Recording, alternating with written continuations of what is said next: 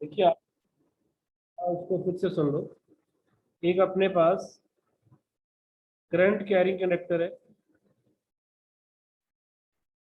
जिसमें current pass कर रहा है आई, जिसको मैंने किसी मैग्नेटिक फील्ड में रखा, मेकिंग एन एंगल थीटा। इसकी लेंथ है एल। मुझे ये प्रूव करना है magnetic force is B I L sine theta. ये फॉर्मूला तो आपको लर्न करना है।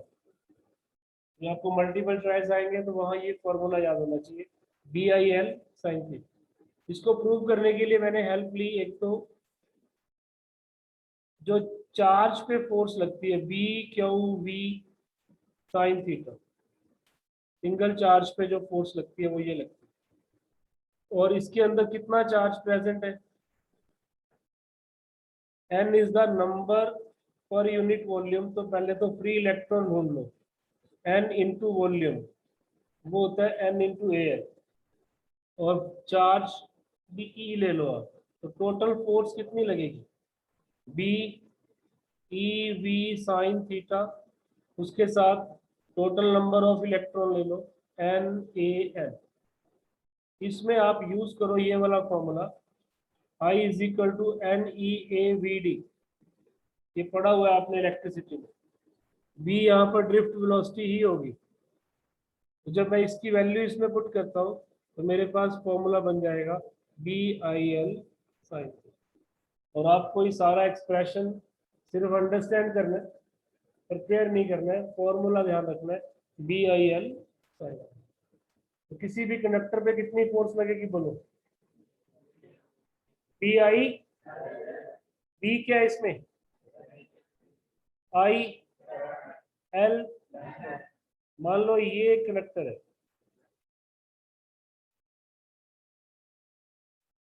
इसकी लेंथ है 10 मीटर, और इसको एक मैग्नेटिक फील्ड में रखा,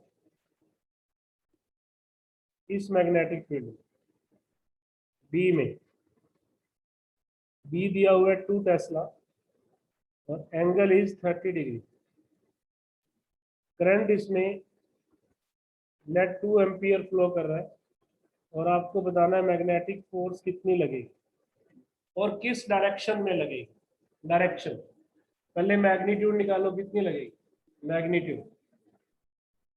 आपके पास फॉर्मूला क्या है बोलो, B I L sine 30। B कितना दिया 2, करंट कितना 2, लेंथ कितना 10, साइन 30 1/2, आंसर इज 20 न्यूटन। यही आएगा ना आंसर। अब ये लगेगी किधर, direction of the force. Heading बनाओ पहले, डायरेक्शन ऑफ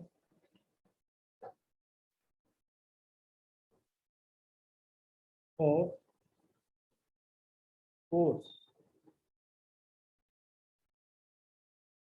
वापिस फॉर्मूले पे चलते हैं, D I L sine theta. इसको वेक्टर फॉर्म में लिखेंगे तो आपने ऐसे लिखना है, आई एल पहले आता है इसमें क्रॉस प्रोडक्ट ऑफ पी। आपने पढ़ा हुआ ए क्रॉस बी क्या होता है, ए बी साइन थीटा। ये क्या बन जाएगा, I L cross product of B. अब जहां भी क्रॉस प्रोडक्ट आता है वहां आप स्क्रू रूल यूज किया करो। स्क्रू रूल, वो क्या रूल है पहले ही बताया, आई एल से बी की तरफ स्क्रू को घुमाओ। आई एल कौन सा होगा, जिधर करंट जा रहा है, इसको तो आप इस डायरेक्शन को तो आप आई एल ले लो, और बी आपके पास ये है, तो आप इधर को घुमाएंगे तो क्लॉकवाइज घुमाएंगे ना, और क्लॉकवाइज वाला डायरेक्शन अंदर इनवर्ट टू द पेपर होता है। तो इसका आंसर क्या आएगा, परपेंडिकुलर इनवर्ट। आई एल को पहले लिख लो, बी को पहले लिखोगे तो उल्टा हो जाएगा answer. I L cross B का मतलब ये हुआ, आई एल से बी की तरफ आप स्क्रू को टाइट करेंगे तो स्क्रू नॉर्मली इनवर्ट जाएगा। अगर ये मेरा कंडक्टर इधर होता और मैग्नेटिक फील्ड इधर होता, लेफ्ट, मैग्नेटिक फील्ड इधर होता, कंडक्टर इधर होता है, तो आप आई से बी की तरफ घुमा के देखो, ये स्क्रू आपका एंटी क्लॉकवाइज है तो बाहर की तरफ आएगा, नॉर्मली आउटवर्ड, नॉर्मली आउटवर्ड, ये किधर जाएगा, normally outward. Direction is given by, या आप राइट हैंड थंब रूल लगा लो, हाथों को आई एल से बी की तरफ घुमाओ, thumb will give the direction. उस केस में थंब आपको डायरेक्शन बताएगा मैग्नेटिक फोर्स। चलो एक क्वेश्चन देता हूँ, यहाँ डायरेक्शन बताना सिर्फ, ओनली डायरेक्शन। आपके पास ये कनेक्टर है और ये मैग्नेटिक फील्ड है, अब ये बताओ कि डायरेक्शन क्या होगी मैग्नेटिक फोर्स की। करंट ऊपर की तरफ है तो आई एल ऊपर है, आई एल से बी की तरफ घुमाओ, क्लॉकवाइज है बेटा, क्लॉक अंदर होती है, तो आंसर आएगा inward to the paper, inward to the paper. और इनवर्ड डायरेक्शन के लिए हम क्रॉस लगाते हैं, तो इस केस में जो फोर्स लगेगी वो कौन सी डायरेक्शन में लगेगी, क्रॉस। ओके, तो अगर क्लॉकवाइज है ना ये, तो आपका आंसर आएगा इनवर्ड टू द पेपर, अगर एंटी क्लॉकवाइज है तो आपका आंसर आएगा आउटवर्ड टू द। कर लोगे सब लोग, स्पेशल केस लिखिए आप, स्पेशल केसेस आर्टिकल के।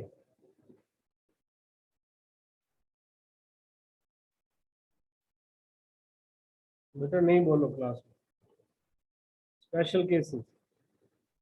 First case, if theta is 0 degree, magnetic field इधर है, बी इधर है, और करंट कैरिंग कंडक्टर भी उसके पैरेलल में पड़ा हुआ, ये करंट कैरिंग कंडक्टर है, ये उसके पैरेलल में है किसके, मैग्नेटिक फील्ड के। अगर थीटा 0 डिग्री होगा तो मैग्नेटिक फोर्स नहीं लगेगी। क्यों नहीं लगेगी, क्योंकि फॉर्मूले में साइन थीटा आता है और साइन 0 कितना होता है, साइन 0 0 होता है, तो मैग्नेटिक फोर्स कितनी होगी बेटा, 0। क्लियर है सबको, कार्तिक समझ में आ गया। और दूसरा केस लिखो, if theta is 180 degree, means conductor जिसमें करंट है उसकी जो करंट वाली डायरेक्शन है और मैग्नेटिक फील्ड वाली डायरेक्शन है वो आपस में 180 डिग्री पे, और साइन 180 भी 0 होता है, ये फोर्स क्या हो जाएगी, साइन 180 भी 0 होता है, तो ये फोर्स क्या हो जाएगी। तीसरा case, if theta is 90 degree, तो फोर्स मैक्सिमम लगेगी B I L sine 90, sine की मैक्सिमम वैल्यू 1 होती है, तो फोर्स क्या लगेगी, B I L. Answer is B I. तो कब मैक्सिमम फोर्स लगेगी और कब मिनिमम लगेगी, मिनिमम तो 0 है और मैक्सिमम कितनी है, बी आई एल।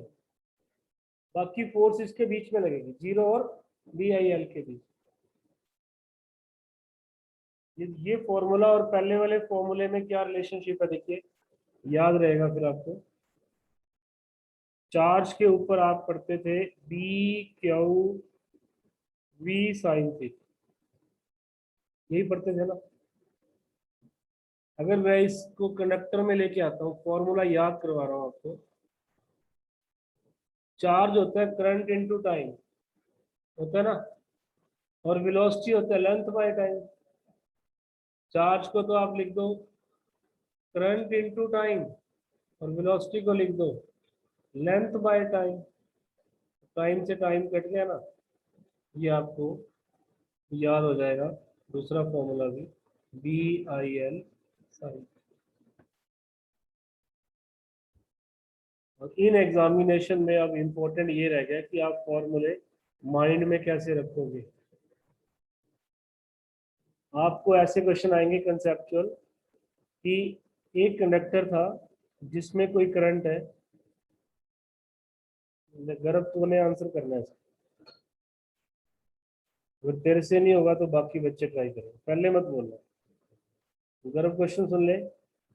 एक कंडक्टर है जिसमें करंट है आई, इसको बी मैग्नेटिक फील्ड में रखा और इसके ऊपर कोई फोर्स नहीं लगी, मैग्नेटिक फोर्स जीरो थी, तो ये किस डायरेक्शन में रखा हो? इसको मैग्नेटिक फील्ड के साथ किस एंगल पे रखेंगे कि फोर्स जीरो, गर्भ 0 डिग्री पे या 180? दो ही केस बनते हैं, आइदर 0 डिग्री और 180 डिग्री। और अगर मैं ये कहता है कि इस पे फोर्स मैक्सिमम लगेगी, तो आप ये समझ लेते हैं कि इसको हमने 90 डिग्री पे रखा। It is placed at an angle of 90 degree. चलो मेरा एक क्वेश्चन है नेक्स्ट, निधि आप करना आंसर। एक कंडक्टर है,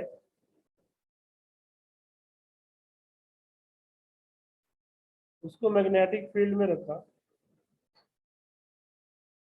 किसी एंगल लेट थीटा से, और थीटा यहाँ 0 नहीं, 180 भी नहीं है, इसके ऊपर फोर्स नहीं लग रही, there is no force acting on the conductor, so what is the case here? Nidhi, conductor में करंट नहीं होगा, फोर्स को लगने के लिए क्या क्या रिक्वायर्ड है? फोर्स को लगने के लिए बी रिक्वायर्ड है, बी है, एल रिक्वायर्ड है, एल है, साइन थीटा रिक्वायर्ड है, वो भी है। तो फिर भी नहीं लग रही, तो फिर एक चीज ऐसी है जो नहीं होगी इसकी। तो मैंने इसलिए कंडक्टर बोला, करंट कैरिंग कंडक्टर नहीं बोला। तो answer is there is no current flowing in the. तभी ऐसा हो सकता है, अगर इसमें करंट फ्लो हो रहा है तो फिर फोर्स जीरो नहीं हो सकती, force is not equal to zero, there must be any force, there must be any. कर लेंगे सब लोग? ओके चलो करो, एक सम करो। कुछ कंडक्टर्स है, एक कंडक्टर ऊपर की तरफ है,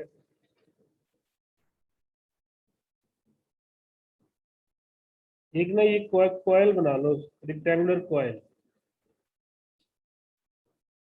ऐसे एक कॉइल है, करंट कैरिंग कॉइल, इसकी 4 साइड है, चारों कंडक्टर ही हैं, इसकी लेंथ 20 सेंटीमीटर है और इसकी ब्रेड 10 सेंटीमीटर। ये जो लेंथ है ना, ये वाली साइड 20 है, ये वाली साइड 10 है। इसको स्ट्रॉन्ग मैग्नेटिक फील्ड में रखा। मैग्नेटिक फील्ड ये क्रॉस वाला फील्ड है। क्रॉस वाला फील्ड कौन सा होता है? जो पेपर के इनवर्ड हो, इसको हमने क्रॉस वाले फील्ड में रखा।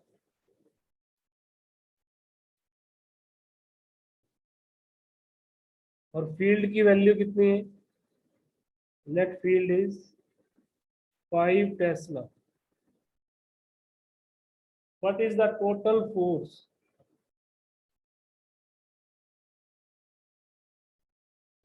experienced by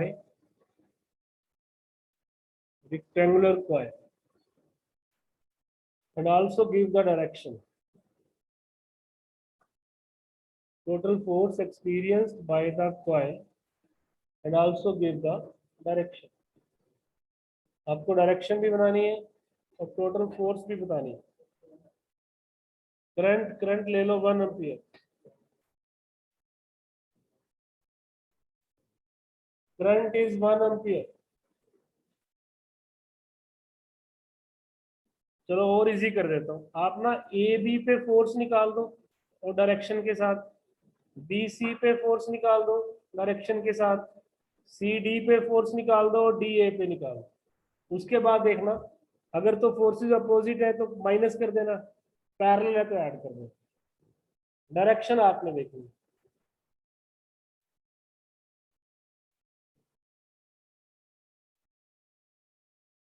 field inward to the paper है, field inward to the paper.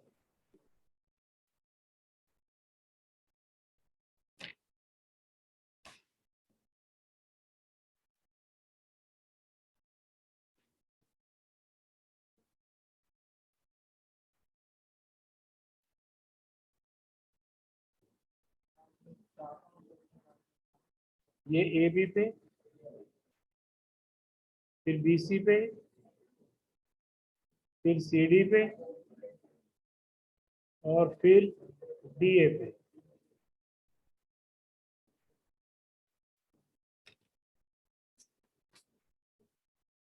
पहले आप ए बी पे बताओ मुझे, एफ ए बी यही नोट करवाओ। बी आई एल साइन 90 बनेगा, ध्यान रखो।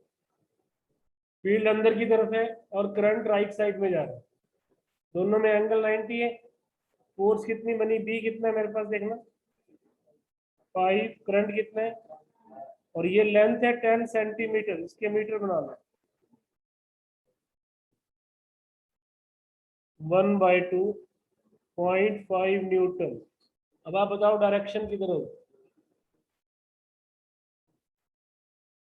आउटवर्ड नहीं हो, इनवर्ड तो फील्ड है, इनवर्ड तो फील्ड है। अपवर्ड होगी या डाउनवर्ड होगी, ये देखो आप। उसके लिए ना आप एक काम और कर सकते हो, राइट हैंड को ना स्ट्रेच करो, तीनों फिंगर्स को।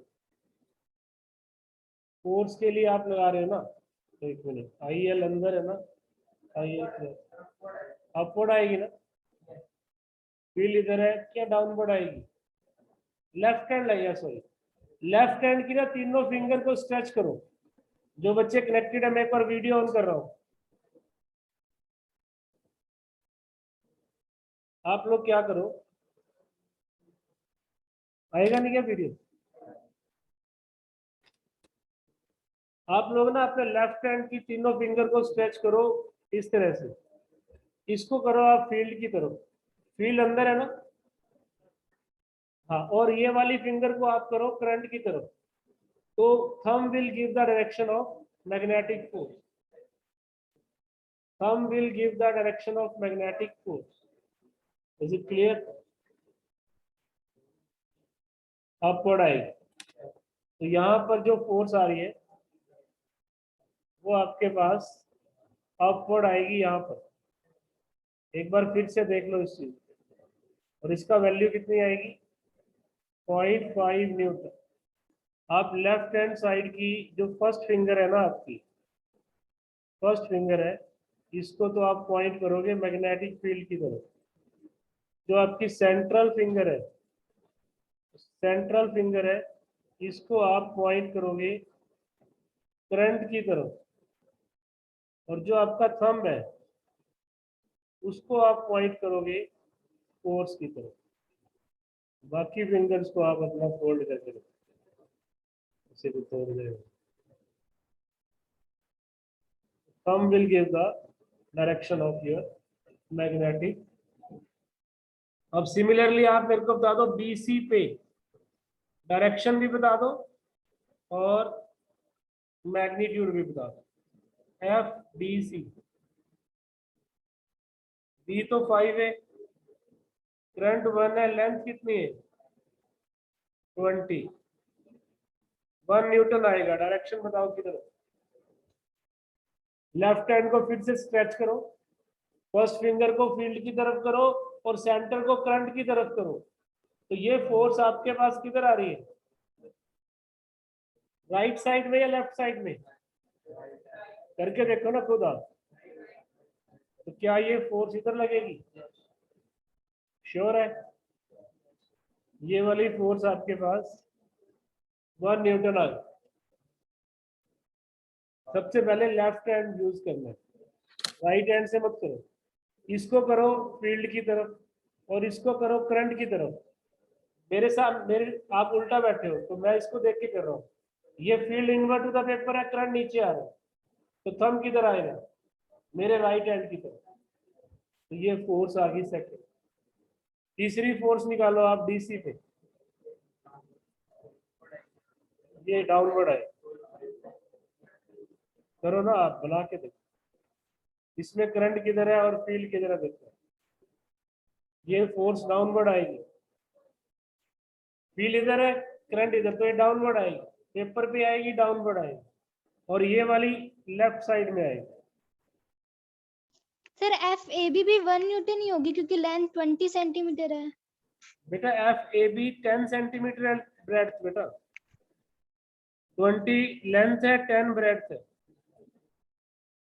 एफ ए बी में मैंने 10 लिया ही, तो ओके 0.5 सर। होगी। हाँ बी सी और ए डी सेम होगी, 1 न्यूटन। तो आपके पास कितनी फोर्सेस आ गई? 4। अब आप बताओ टोटल फोर्स कितनी है? दोबारा से बना रहा हूँ डायग्राम में। आपके पास 4 फोर्सेस आई है। अब आपको बताना है टोटल फोर्स कितनी। एक ऊपर आई है 0.5, हाँ जी, याद करना है बेटा। नहीं, इसमें लेफ्ट ही करना है, फोर्स के लिए लेफ्ट करना, याद रखना। फोर्स के लिए आपको फ्लेमिंग लेफ्ट हैंड यूज करना है, रोटेशन आएगी आगे किसी आर्टिकल में, उसमें राइट हैंड यूज करना है। फोर्स के लिए आपने फ्लेमिंग लेफ्ट हैंड करना है या स्क्रू रूल करना है, जैसे आप करो। ये आपके पास 4 फोर्सेस आई है, एक इधर आई है। बता सकते हो टोटल फोर्स कितनी है? टोटल फोर्स इज जी, ये वाली फोर्स इससे कैंसिल होगी, ये वाली फोर्स इससे कैंसिल होगी, तो मेरा आंसर क्या आया? कर सकते हैं सब। ये 0 तब आया जब आपने इसको यूनिफॉर्म मैग्नेटिक फील्ड में रखा है। अब आप एक स्पेशल पॉइंट नोट कर लो स्टार में। If current carrying coil, if current carrying coil of any shape, तो मैंने रेक्टेंगुलर लिया ना, चाहे सर्कुलर शेप हो, of any shape is placed in a uniform magnetic field, then net force experienced by it is 0. Net force experienced by it is, कर लोगे ये चीज? ठीक है सबको? अगर ये शेप सर्कुलर होती ना, इसको निकालना तो मुश्किल है, काफी लेंथी है, बट एक छोटे छोटे एलिमेंट ले लो, इसकी फोर्स इधर आएगी तो जस्ट अपोजिट की इधर आएगी, इसकी इधर आएगी तो इसकी, तो ये सारी फोर्सेस एक दूसरे से कैंसिल हो जाएंगी, इसलिए नेट फोर्स इसके ऊपर 0 लगेगी, प्रोवाइडेड कि ये यूनिफॉर्म मैग्नेटिक फील्ड में पड़ा, it is placed in a uniform magnetic field. कर सकते हैं सब लोग? कोई प्रॉब्लम तो नहीं है इसमें? चलो नेक्स्ट आर्टिकल पे आओ।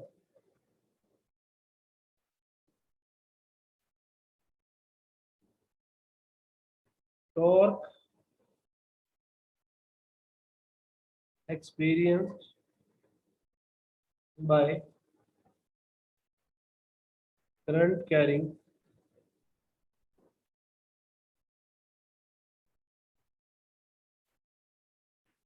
rectangular coil.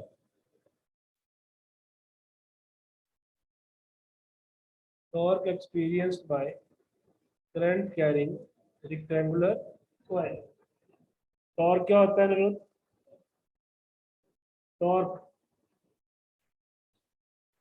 11th में पढ़ा हुआ, भूल गए फिर भी देख लो। क्या कह रहे हो? Force into perpendicular distance. जैसे एक बॉडी है ना, मान लो इस पे 2 फोर्सेस लग रही है, इक्वल एंड अपोजिट, और उनके बीच में डिस्टेंस है डी, तो टॉर्क होता है either force into perpendicular distance, ये होता है टॉर्क। 11th में था आपके रोटेशनल मोशन। अब ये हमें निकालना है करंट कैरिंग कॉइल के लिए, तो टू द पॉइंट डायग्राम बना के इसको सॉल्व कर देते हैं, क्योंकि आर्टिकल तो ऐसा चारा नहीं है। तो लेट अस टेक, मैं बोलता जा रहा हूँ, आप बना लो diagram. Let us take rectangular coil ABCD। Let us take a rectangular coil ABCD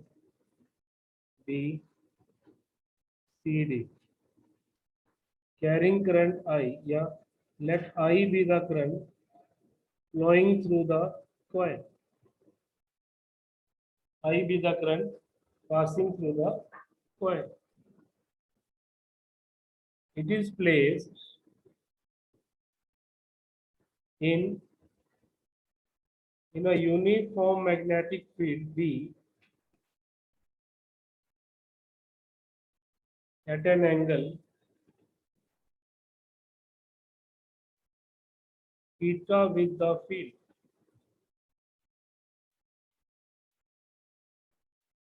इस बार हमने इसका एंगल क्या रख दिया, थीटा। न्यूमेरिकल में 90 था, बट इसमें क्या है, थीटा। इस डायग्राम को मैं थोड़ा चेंज कर दूं, क्योंकि एंगल दिखाना मुझे, आप इसको थोड़ा सा टिल्टेड दिखा देते हैं। इस तरह से बना लो, आगे बना लो, दोबारा से बना लो, थोड़ा ऐसे बना लो, और फील्ड को इधर दिखाओ, ये रहा फील्ड। ये एंगल कितना हो गया, थीटा। तो फील्ड लाइंस यहां से भी दिखा दो, पैरेलल में फील्ड सेम ही होता है। ये magnetic field, this is magnetic field. Current ऐसे जा रहा है, आई करंट, इसका नाम रख लो ABCD और A। Let L and B are the length and breadth of coil।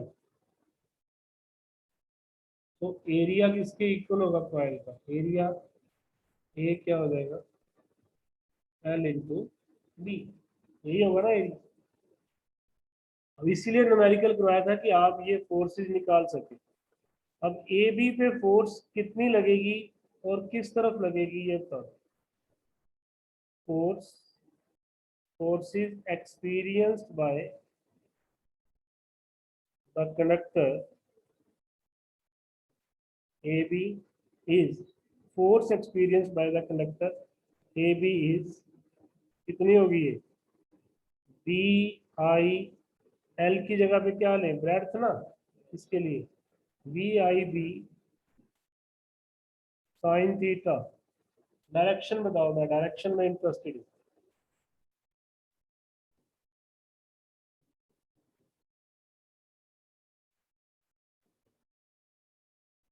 IL से B की तरफ स्क्रू को घुमाओ, IL से B की तरफ स्क्रू को, इनवर्ड डाउनवर्ड आएगी,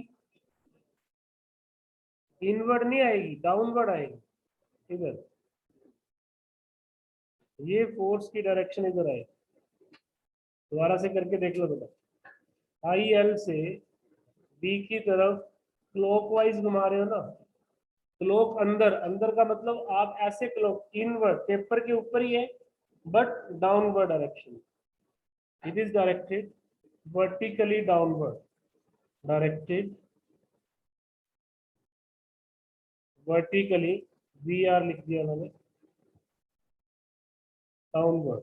90 डिग्री पे तो आप फ्लेमिंग रूल लगा लिया करो, लेकिन कोई भी एंगल है उसमें IL क्रॉस B करके देखा करो, क्लॉकवाइज है या एंटी क्लॉकवाइज है। क्लॉक है तो उस सर्कल के अंदर। अब यहाँ पर करंट इधर जा रहा है और फील्ड इस तरफ है, इसको क्लॉकवाइज घुमाया तो नीचे की तरफ आएगी डायरेक्शन। ये आपने प्रैक्टिस से ही सीखना है, डायरेक्शन इज डाउन।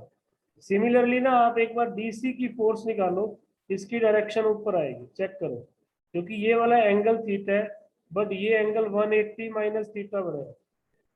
मुझे डायरेक्शन के साथ एंगल लेना होता है। Force experience by C D, ये बनेगा F C D P I B sine theta, acting या डायरेक्टेड वर्टिकली अपवर्ड। ये किधर लगेगी? Vertically upward. और ये किधर लगेगी? Vertically down. अब आपने बताना है मुझे डीए में और बीसी में फोर्स क्या होगा। Similarly force experience bye BC, इसका फॉर्मूला तो चेंज हो गया, बी आई एल बनेगा। और एंगल कितना है दोनों में? 90। B I L sine 90 equal to B I L. Direction बताओ क्या हो। इसको चाहे फ्लैमिंग लेफ्ट हैंड से लगा लो, या क्लॉक इधर जा रहा है ना, इसको घुमाओगे तो ये एंटी क्लॉकवाइज बन रहा है। आउटवर्ड, बाहर की तरफ आ रहा है, पेपर से बाहर, पेपर से बाहर की तरफ। अब इसको दिखाएं कैसे? इसको लिख देते हैं यहाँ पे, जो फोर्स है वो डॉट वाली फोर्स है। आउटवर्ड का मतलब डॉट वाली फोर्स, आउटवर्ड। या टेढ़ा से लाइन लगा देता हूँ वैसे, इस तरह से दिखा देते हैं। ये पेपर पे नहीं है, आउटवर्ड टू द पेपर है, vertically outward, vertically outward. Similarly DA में फोर्स कितनी है? फॉर्मूला तो यही है, बी आई एन, और एंगल भी 90 डिग्री है। करंट ऊपर जा रहा है, तो ये वाली वर्टिकली इनवर्ड क्रॉस वाली force, directed vertically inward, directed vertically inward. उसको चाहे आप कैसे दिखा रहे हो, अंदर की तरफ दिखा रहे हो, वर्टिकली इनवर्ड। चार फोर्सेस आ गई। ये दो फोर्सेस तो एक दूसरे को कैंसिल कर रही है, एक ही पेपर में है। ये बाहर है और ये अंदर है। अगर एक बॉडी पे दो फोर्स लगे, एक बाहर की तरफ एक अंदर की तरफ, तो वो घूमना शुरू कर देगी। इसका मतलब इस पे टॉर्क लग रही है। टॉर्क के लिए ये फोर्सेस रिस्पॉन्सिबल नहीं है, तो वो तो कैंसिल हो जाएंगे। कौन सी फोर्सेस रिस्पॉन्सिबल है? जो डीए और बीसी पे लग रही है। तो नेक्स्ट शीट पे लेके आ रहा हूं मैं इसको। देखिए, फोर्स एफ, ऊपर वाली का क्या नाम था? ए बी था क्या? F A B and F C D are cancelled, because they are equal and opposite। बेटा ये रब करो, किसने लगाई है line? because they are equal and opposite। तो ये जो दो फोर्सेस है ना इसके ऊपर लगने वाली, एक आउटवर्ड और एक इनवर्ड, ये आउटवर्ड और ये इनवर्ड, ये इसको घुमाएगी। तो फोर्सेस क्या नाम थे इनके, देखना, F B C and F D A are equal and opposite and are responsible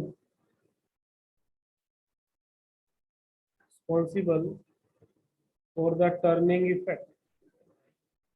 बस ये last he, for the turning effect that is torque।